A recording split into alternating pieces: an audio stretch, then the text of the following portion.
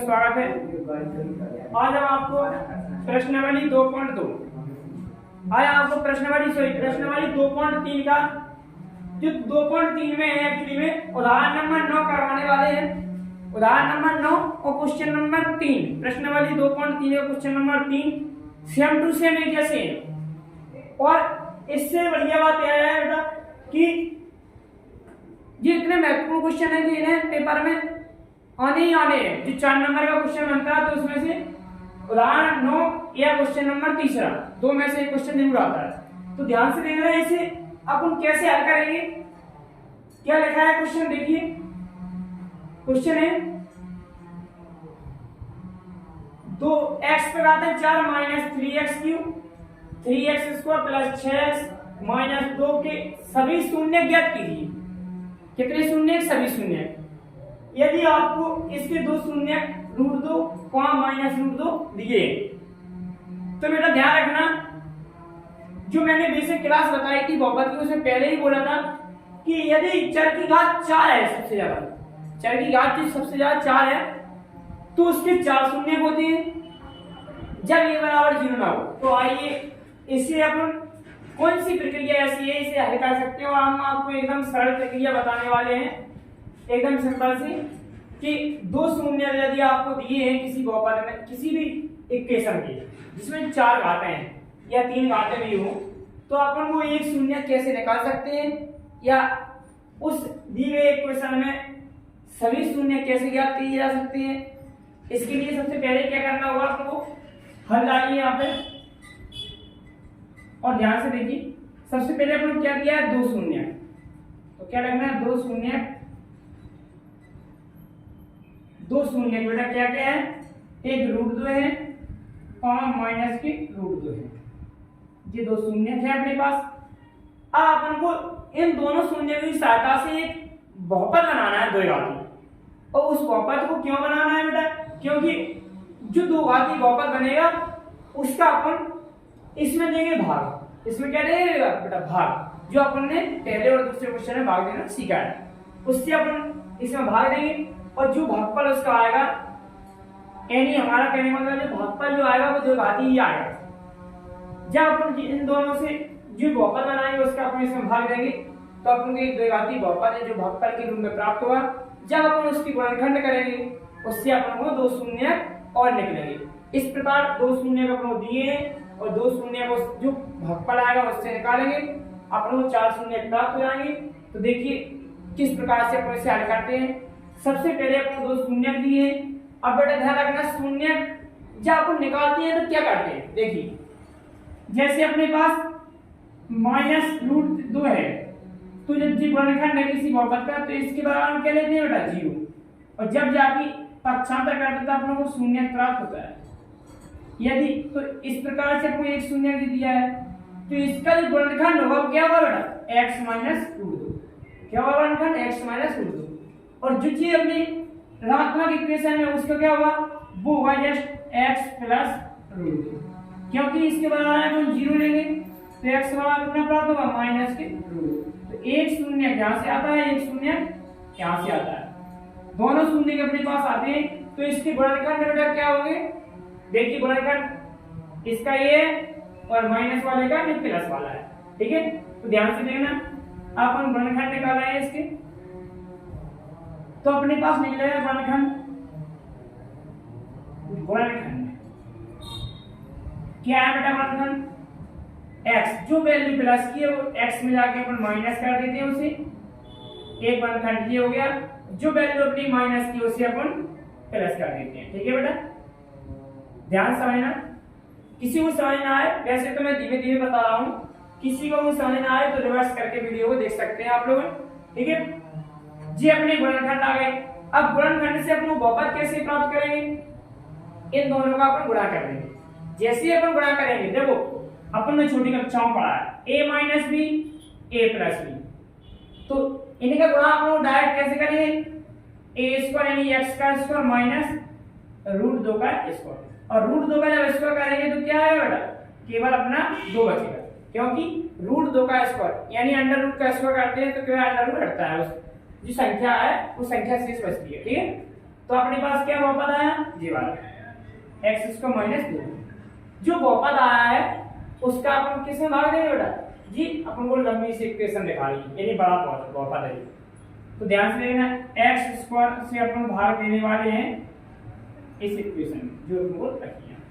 क्या है equation, 2x घात 4 minus 3x cube minus 3x square plus 6x minus 2। अब इसमें अपन भाग देंगे तो भाग देने की प्रक्रिया क्या है बेटा, देखिए सबसे पहले अपन पहले पद का देखते हैं, पहले पद की तुलना करते हैं क्या है इसमें। तो अपन क्या करेंगे बेटा कि 2x घात 4 में अपन x स्क्वायर से लेंगे भाग, क्या देंगे बेटा x स्क्वायर के भाग, दो तो अपना अलग से पहले x घात 4 में वो x घात 2 x घात 2 का अपन भाग देंगे तो घातक क्या होती, भाग में घट जाती है। तो ये दो जाके ऊपर 4 में से घटाएंगे कितनी बचेगी बेटा, 2 घात। तो यानी इक्वेशन जो आएगी अपने पास कितना हो जाएगा 2x घात 2। तो वही इक्वेशन अपन को याद रखना है, ध्यान रखना कहां से प्राप्त हुआ है, जब x स्क्वायर का भाग हमने पहले पद में दिया, ठीक है बेटा। तो अपन को कितना प्राप्त हुआ है 2x स्क्वायर। अब अपन को सीधा से क्या करना है कि 2x स्क्वायर जो प्राप्त हुआ भाग देने पर इसका गुणा अपन को इन दोनों इक्वेशन में जिस बहुपद है उसमें करना है। तो अपन जैसे ही इसका गुणा इसमें करेंगे बेटा क्या आएगा 2x घात 4 हो जाएंगी और 2x से गुणा अपन इसमें करेंगे 2 दूनी 4 तो माइनस कितना आएगा बेटा 4। अपने पास 4x स्क्वायर आ रहा है। तो ध्यान रखना x स्क्वायर वाली संख्या है वो x स्क्वायर के सामने ही रखना है जो भी गुणांक है, क्योंकि इससे अपन को हल करने में आसानी होगी या जोड़ने घटाने में क्या होगा आसानी, ठीक है बेटा। तो आप अपन देखो इसे आगे बढ़ाते हैं, माइनस प्लस चिन्ह पलट दिए अपन ने, नॉर्मली अपन भाग में सीखे हैं जो पहले क्वेश्चन में, इससे ये कट गई। अब इसकी तुलना कहीं नहीं हो रही तो जैसे कि दर्शा जी यहाँ आ जाएगा माइनस की 3x स्क्वायर 3, यहाँ माइनस 3x स्क्वायर, यहाँ प्लस के 4x स्क्वायर। बड़ी संख्या किसकी है बेटा प्लस। जब 4 में से 3 चला जाएगा कितने बचेंगे प्लस के x स्क्वायर, कितना बचेगा x स्क्वायर। और बेटा यहाँ ये अपने कितने 6x बता दिए 6x का, उसके बाद ये कितने माइनस के 2 तो माइनस के 2। अब देखिए आपको क्या करना है पहले पद से फिर अपने तुलना करना है। पहला पद अपने पास क्या है बेटा माइनस 3x क्यूब, कितना 3x क्यूब, तो x स्क्वायर से अपन इसमें भाग देंगे तो कितना आएगा बेटा देखिए ध्यान से x क्यूब बटे x स्क्वायर। यहाँ 2 घाते हैं और यहाँ 3 है तो ये घात बचेगी घट जाएगी तो कितना आएगा बेटा माइनस के 3x, एक घात बची और 3 जी यहाँ से आ गया, ठीक है बेटा। आपने इसका गुणा करेंगे तो आएगा अपने पास माइनस 3x क्यूब और माइनस 3x का, इसमें गए 3 दूनी 6 माइनस के दिए माइनस के 3 दूनी 6 माइनस माइनस प्लस के 6x बेटा, ठीक है 6x आ गया। फिर से अपन चिन्ह पलट देंगे, यहाँ भी चिन्ह पलट देंगे, इससे ये कट गया, यहाँ से x स्क्वायर मिला अपन को, यहाँ से बेटा ये कट गया, यहाँ से मिला माइनस। अब ध्यान से देखना अपन को x स्क्वायर माइनस 2 है, यहाँ भी x स्क्वायर माइनस 2। पहला पद देखो एक ही प्रक्रिया देखो तुम, पहला पद x स्क्वायर से x स्क्वायर भाग देंगे कितना आएगा ये, और वो एक कहाँ रखेंगे बेटा अपन, ठीक है आ रही समझ में। अब एक का गुणा अपन दोनों में करेंगे तो कितना प्राप्त होगा x स्क्वायर माइनस 2, इनके जैसे चिन्ह पलटेंगे इससे ये कट जाएगा इससे 0। और ये तो आपको हमेशा ही ध्यान रखना है जब इसके गुणनखंड में जिससे गुणनखंड में उनका अपन भाग नहीं उन बहुपद का इनसे बना बहुपद तो हमेशा 0 ही आती है। अब जाके अपने पास जो चीज मिली है आपने बहुपद दिखाती, इसका गुणनखंड करने से अपन 2 शून्य और प्राप्त होंगे, ठीक है बेटा। तो इसका अपन गुणनखंड करेंगे 2x square minus 3x plus 1। यहाँ देखो इसका और इसके गुणा का कितना आ रहा है 2x स्क्वायर या 2 एकम, कितना आ रहा है गुणा का 2 एकम 2। तो अपन को क्या करना पड़ता है इसमें गुणनखंड में इस बीच वाले पद को ऐसे 2 इक्वेशन में या 2 भागों में बांटो जिसके गुणा इन दोनों के बराबर आए और उन्हें जोड़ने पर कितना आए -3। जोड़ने पर ही क्यों बताया बेटा मैंने, क्योंकि जो अचर पद है वो प्लस का है तो जोड़ने से आते हैं जी, और यदि माइनस का है तो घटाने से आते हैं। यह क्या है प्लस का, तो इन 2 भागों में इस प्रकार से बांटो कि जिन्हें जोड़े से -3 आ जाए। तो क्या होगा बेटा यहाँ तक 2x स्क्वायर ही आएंगे, इसमें -2x हो जाएगा और -x जाएगा, प्लस 1 जाके आ जाएगा।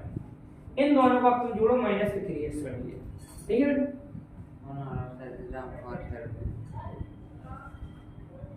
देखिए ठीक है। तो आपने यहां से 2x कॉमन लिया तो x माइनस 1 बचा, क्योंकि यहाँ 2x है, x स्क्वायर तो 1x बचेगा, यहाँ 2x से गुणा में 1 तो रहता ही इसमें, क्या बचेगा 1 माइनस।